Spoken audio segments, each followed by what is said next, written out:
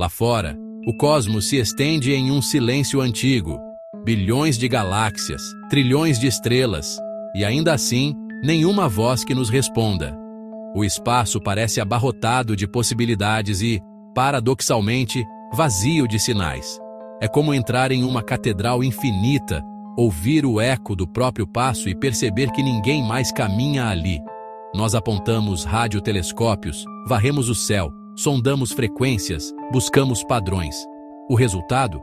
Ruído, estático, vazio.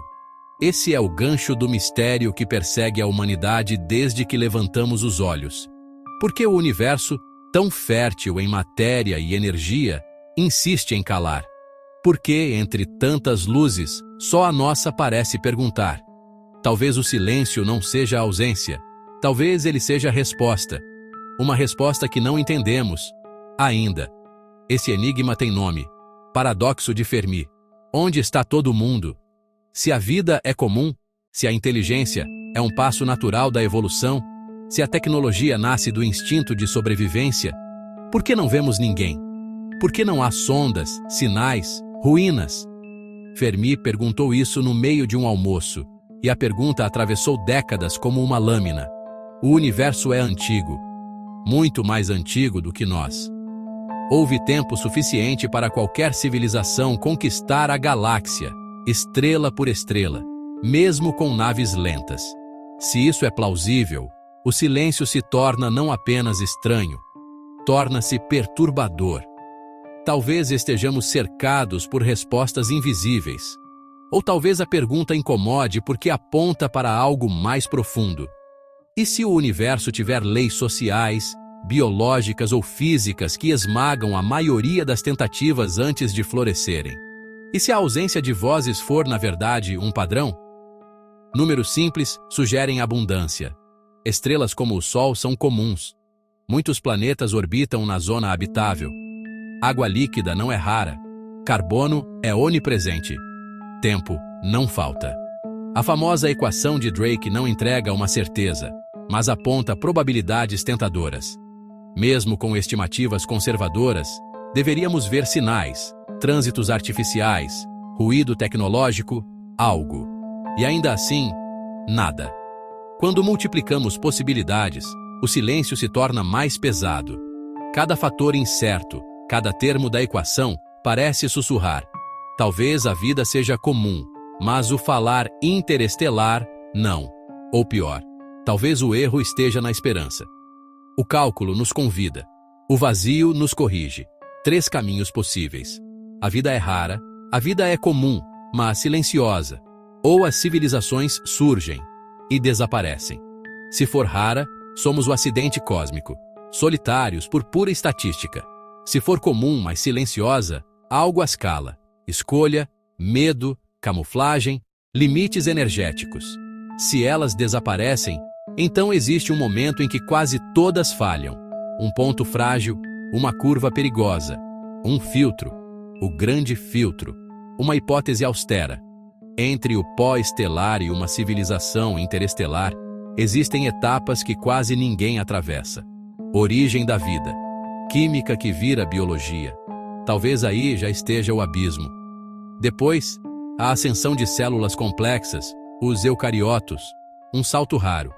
Multicelularidade, mentes que planejam, ferramentas que persistem, linguagem, cultura acumulativa, tecnologia. Cada degrau parece simples olhando para trás. Talvez seja um penhasco visto de frente. E mesmo após a tecnologia nascer, outra travessia assombra.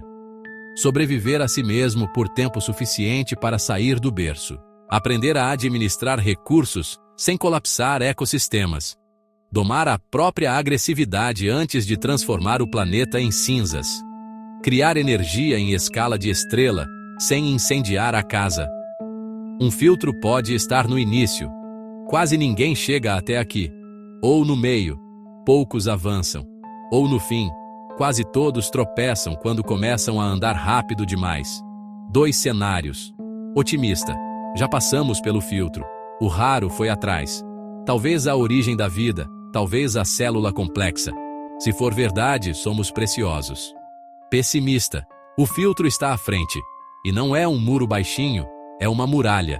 Se esse for o caso, o silêncio não é vazio, é memorial. Cada estrela apagada seria um epitáfio invisível. Em ambos os cenários, o peso é o mesmo: responsabilidade. Possíveis filtros do futuro: inteligência artificial fora de controle, rápida demais para nossa sabedoria, guerra nuclear e biológica, tecnologia sem freio moral, pandemias construídas pela própria mão humana, desinformação que corrói a cooperação, tornando impossível agir. Todos têm algo em comum. Somos nós contra nós mesmos, no momento em que a ferramenta supera o artesão.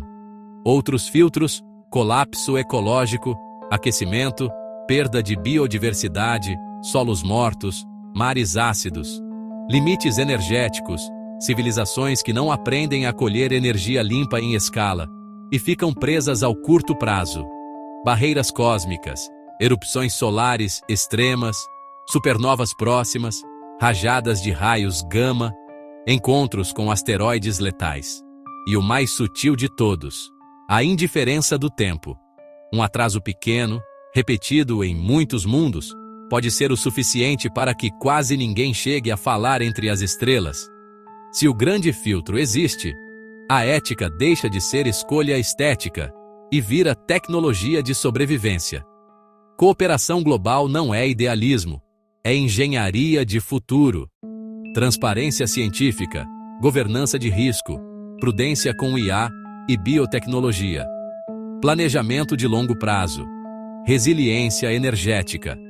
Cultura que recompensa quem planta árvores que não verá crescer. Prudência tecnológica não é medo do novo, é respeito pelo que não sabemos. É testar, auditar, pausar quando necessário. É construir salvaguardas antes do precipício. É aceitar que o primeiro sinal de maturidade de uma espécie pode ser a capacidade de dizer ainda não. Talvez esse seja o verdadeiro passo evolutivo: autocontrole em escala civilizacional.